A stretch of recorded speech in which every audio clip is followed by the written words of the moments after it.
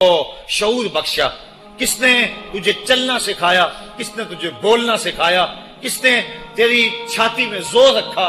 آج تو کڑیل جوان ہے، آج دولت کے انبار تیرے پاس ہیں، آج تو چودھری ہے، آج تو خان صاحب ہے، آج تو بہت بڑا عالم ہے، آج تو مفتی ہے، آج تو پیر ہے، آج تو منسٹر ہے، آج تو ناظم ہے، آج دنیا تیری باج گزار ہے، آج تیرے دماغ میں وہ قوت رکھ دی گئی کہ دنیا کو تو انگلیوں پہ نچا رہا ہے۔ ذرا پلٹ کے دیکھنا پیچھے، ذرا پیچھے لوٹ کے تو دیکھ، تو چار پائی کے سہارے بھی چلنا نہیں جانتا تھا، پھر تجھے چار پائی سے چلنا سکھایا، پھر تو نے چلنا اور چلتا تھا، دو قدم تو گر پڑتا تھا۔ ذرا ماضی کی طرف پلٹ کے دیکھ، اور تو بھول گیا رب کو جس نے تجھے اتنا کچھ دیا۔ چل ماضی کی طرف پلٹ کے نہیں دیکھنا، مستقبل کی طرف ہی جھانک کے دیکھ لے۔ ایک وقت پھر دوبارہ تیرے اوپر ایسا آئے گا، پھر تیری بولتی بند ہو جائے گی، پھر تیرا چلنا بند ہو جائے گا۔ چار پائی سے لگ گیا، مورے میں تکلیف ہو گئی، تو فالج زدہ ہو گیا۔ سارے گھر والے 4 دن تو بڑی خدمت میں لگے رہے، لیکن انہیں اپنے کام بھی تو کرنے تھے، پھر آہستہ آہستہ تجھے اگنور کرنا شروع کر دیا۔ تو بھی اس بات کو سمجھنے لگا۔ پھر وہ وقت بھی آیا کہ تیری چار پائی کو اندر سے اٹھا کے برآمدے میں رکھ دیا کہ بابا کھانستا ہے، بچے جس طرف ہوتے ہیں جراثیم پھیلتے ہیں، اب نوکر تجھے روٹی دینے لگا۔ شام کو بیٹا آتا ہے، 2 لمحے کھڑا ہوتا ہے، پھر اپنے بیڈ روم میں چلا جاتا ہے، تو اس کی صورت کو ترستا رہتا ہے۔ آج تیری زندگی اجیرن بن گئی، پھر تیرے اوپر ایسے حملے بیماریوں کے ہوئے، ایسی تکلیفیں ہوئیں، بول و براز بھی اوپر، لوگ ناک پہ کپڑا رکھ کے تجھے اٹھاتے ہیں۔ اس وقت تو اپنی زندگی سے تنگ آ گیا، تو کہتا ہے ڈاکٹر کو لگا زہر کا ٹیکہ، مجھے موت آ جائے۔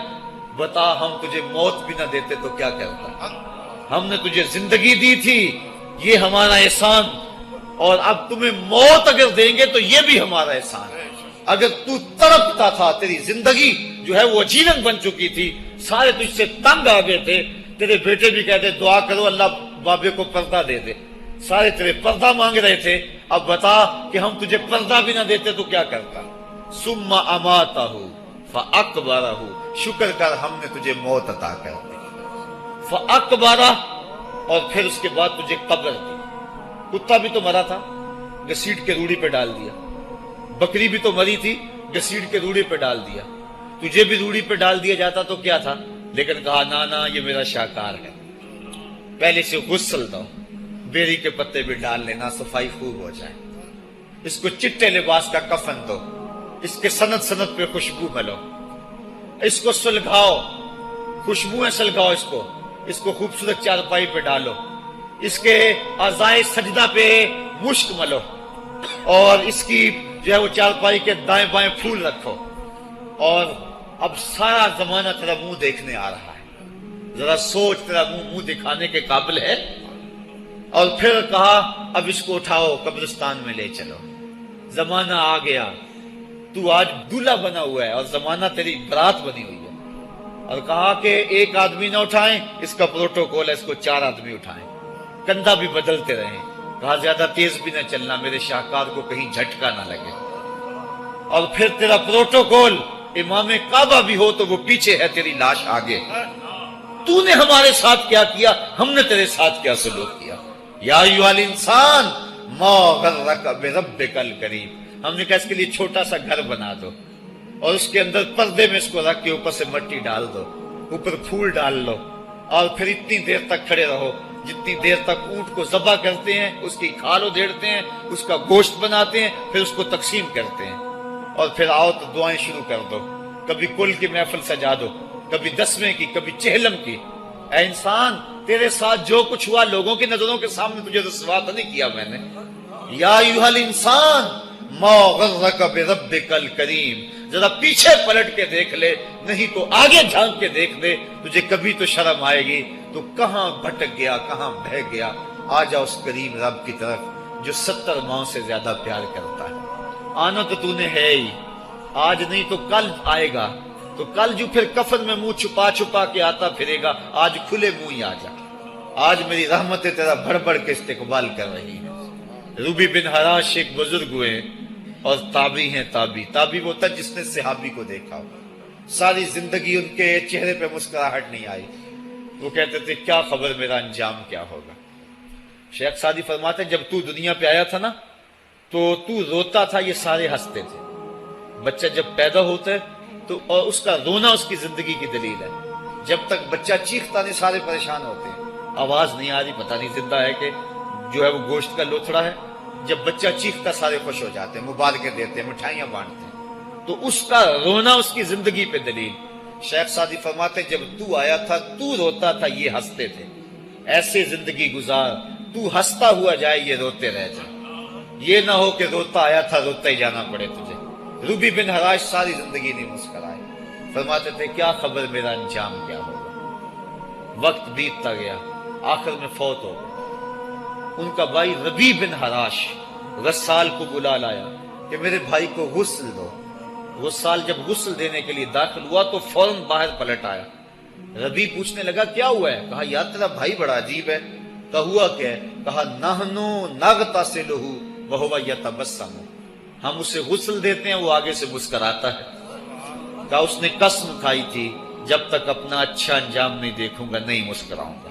اس کو امام ابو نعیم نے حلیہ میں لکھا، روز الانف کے اندر امام سہیلی نے لکھا، قاضی ایاز مالک اندلسی نے شفا میں لکھا، اور اسی کو امام جلال الدین سیوطی علیہ رحمہ نے جو ہے وہ الخصائص الکبریٰ میں لکھا۔ کہا یا تیرا بھائی بڑا عجیب ہے، ہم اسے غسل دیتے ہیں وہ آگے سے مسکراتا ہے۔ تو اس نے قسم کھائی تھی جب تک اچھا انجام نہیں دیکھوں گا نہیں مسکراؤں گا۔ آج اس نے اپنا اچھا انجام دیکھ لیا تبھی تو مسکرا رہا ہے۔ 12 لوگوں کے 2 گروہ بن گئے۔ ایک کہنے لگے کہ یار یہ ویسے گڑی ہوئی بات ہے، بلا کوئی بندہ مرنے کے بعد بھی مسکرا سکتا ہے۔ ایک گروہ کہتا ہے یار بندہ بڑا اچھا تھا، ہو سکتا ہے کہ مرنے کے بعد مسکرایا ہو، زندگی تو اس نے دکھ سے گزاری لیکن بعد میں تو سکھ ملا ہوگا۔ اتنے میں انہیں غسل دے دیا گیا اور لوگ اکٹھے ہو کے ان کے گھر آ گئے، انہیں کفن دے کے پٹڑے پہ ڈال دیا گیا۔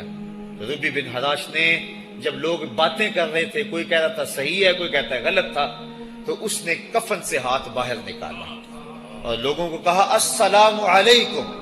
لوگوں نے کہا وعلیکم السلام، اتتکلم بعد الموت، عجیب بات ہے مرنے کے بعد باتیں کر رہے ہو۔ قال نعم اتکلم بعد الموت، کہا ہاں ہاں میں مرنے کے بعد ہی باتیں کر رہا ہوں۔ عرش فرش تے بانگا ملیاں تے مکے پہ گیا شور، بلے شاہ سا مرنا نہیں تے گور پیا کوئی ہور۔ فَلَنُحْيِيَنَّهُ حَيَاتًا طَيِّبَةً، ان کو حیات طیبہ بخش دی جاتی ہے جو اللہ کے نام پہ اپنی زندگی گزار دیتے ہیں۔ میرا رب کہتا ہے کہ میں ان کو مرنے نہیں دیتا، ان کو ستھری اور پاکیزہ زندگی دیتا ہوں۔ اور اقبال کہتا ہے فطرت ہستی شہید آرزو رہتی نہ ہو، خوب تر پیکر کی اس کو جستجو رہتی نہ ہو۔ موت کو سمجھا ہے غافل اختتام زندگی، یہ ہے شام زندگی صبح دوام زندگی۔ تو کہا ہاں ہاں مرنے کے بعد باتیں کیا ہوں۔ لوگوں نے کہا بتا پھر تیرے رب نے تیرے ساتھ سلوک کیا کیا۔ تو ربی جو فوت ہو چکا ہے کہتا ہے استقبلنی ربی غیر غضبان واستقبلنی بروح و ریحان۔ کیا پوچھتے ہو، اس کے قدرت والے چہرے پہ کوئی غصہ نہیں تھا، اس نے روح و ریحان کے پھولوں کے ہار میرے گلے میں ڈالے۔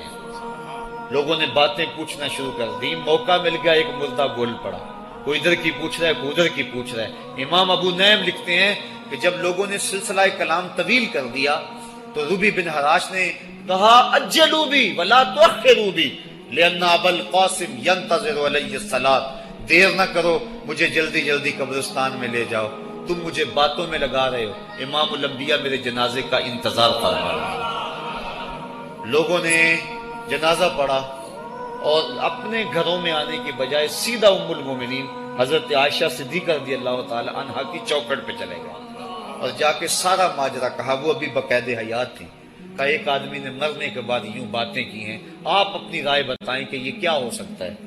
تو ام المومنین رضی اللہ تعالی عنہا نے فرمایا تم کیوں پریشان ہو گئے ہو، میرے سرتاج آقا فرما گئے ہیں کانا رجل من امتی یتکلم بعد الموت، میری امت میں ایسے مرد بھی ہوں گے جو مرنے کے بعد باتیں کیا کریں گے۔ تو وہ لوگ جنہوں نے اپنی زندگی اللہ کے نام لگا دی اور اس کے ذکر کے نام لگا دی، وہ مرنے کے بعد بھی ابدی اور سرمدی زندگی پاتے ہیں۔ اور جو لوگ اللہ سے بے بہرہ ہیں، اس کی خشیت سے جن کا سینہ خالی ہے اور دین کا چراغاں جن کے سینے میں نہیں ہے، وہ چلتے پھرتے بھی مردہ ہیں۔ ان کے سینے میں دھڑکتا ہوا دل تو ہے لیکن تمانیت کا نور اس میں نہیں رکھتے ہیں۔ وہ دھرتی کے اوپر چلتے تو ہیں لیکن دھرتی کا بوجھ ہیں، لیکن یہ لوگ وہ دھرتی کی چھاتی میں ہیں لیکن دھرتی کا وقار ہے۔ ان کی قبروں سے بھی زندگی پھوٹ رہی ہے اور ضیائیں پھوٹ رہی ہیں۔ میں جب بھی کبھی لاہور گیا ہوں تو ایک منظر مجھے اپنی طرف کھینچتا ہے، جب میں دریائے راوی کے اس پار ہوتا ہوں تو میں ایک قبر دیکھتا ہوں جس پہ حسرتیں برس رہی ہیں۔ وہ بر صغیر کا مطلق العنان حکمران، جس کی کے اشارہ ابرو سے ہندوستان کی تقدیر بدلتی تھی، آج چند تاش کھیلنے والی ٹولیاں اس کی قبر پہ بیٹھی ہیں۔ اس کی محبوب بیوی جو بادشاہ کے پیچھے بیٹھتی تھی اور پردہ پیچھے لٹک رہا ہوتا، بادشاہ کا کوئی فیصلہ اسے ناگوار ہوتا، پیچھے سے وہ کمر ٹھونکتی، بادشاہ فیصلے بدل لیتا۔ جس کے اشارہ ابرو سے ہندوستان کی تقدیر کے فیصلے تبدیل ہوتے تھے، اس کی قبر بھی ساتھ ہی اندھیرے میں ہے۔ اور اس کی بیٹی کی قبر کے اوپر زیب النساء کے مقبرے پہ لکھا ہے، بر مزار ماں غریباں، نہ چراغے نہ گلے، نہ پرے پروانہ سوزد، نہ صدائے بلبلے۔ ہم غریبوں کی قبر پہ کون چراغ جلانے آئے گا، کون پھول ڈالنے آئے گا؟ نہ کوئی بلبل گیت گانے آئے گی اور نہ کوئی پروانہ پر جلانے آئے گا۔ یہ وہ جو مطلق العنان تھے، یہ ان کی قبر کی کہانی سنائی۔ اور جب میں دریائے راوی کا کنارہ پار کرتا ہوں تو ایک لوح مزار وہ بھی ہے جہاں جلی حروف میں لکھا ہے، گنج بخشے فیض عالم، مظہر نور خدا، ناکساں پیر کامل، کامراں رہنما۔ جب زندگی ایک طرح کی نہیں ہوتی تو پھر موت بھی ایک طرح کی نہیں ہوتی۔ جب دنیا پہ رہنے والے لوگ ایک طرح سے زندگی نہیں گزارتے تو ان کی برزخ بھی ایک طرح کی نہیں ہوتی۔ تو یہ ہیں وہ لوگ جن کی قبروں پہ آج بھی چراغاں ہیں، جن کے نام کا آج بھی تنتنا ہے۔ 1000 سال گزر گئے، ان کی نسبی اولاد تو کوئی نہیں ہے، انہوں نے تو شادی بھی نہیں کی تھی، لیکن اس کے باوجود دن کو چلے جاؤ، کڑکتی دوپہر کو چلے جاؤ، برستی بارش میں چلے جاؤ، لمبی رات کی تنہائی میں چلے جاؤ، موسم کی کسی بھی شدت میں چلے جاؤ، حکومتوں کے بدلتے ہوئے ماحول، مارشل لاؤ کی کیفیتیں، جس دور جس حالت میں مرضی جاؤ، آپ کو وہاں میلہ نظر آئے گا، وہاں ہجوم عاشقہ نظر آئے گا۔ ارے میں گسارو سویرے سویرے، خرابات کے گرد پھیرے بپھیرے، کبھی اس طرف بھی گزر کر تو دیکھو، بڑی رونقیں ہیں فقیروں کے ڈیرے۔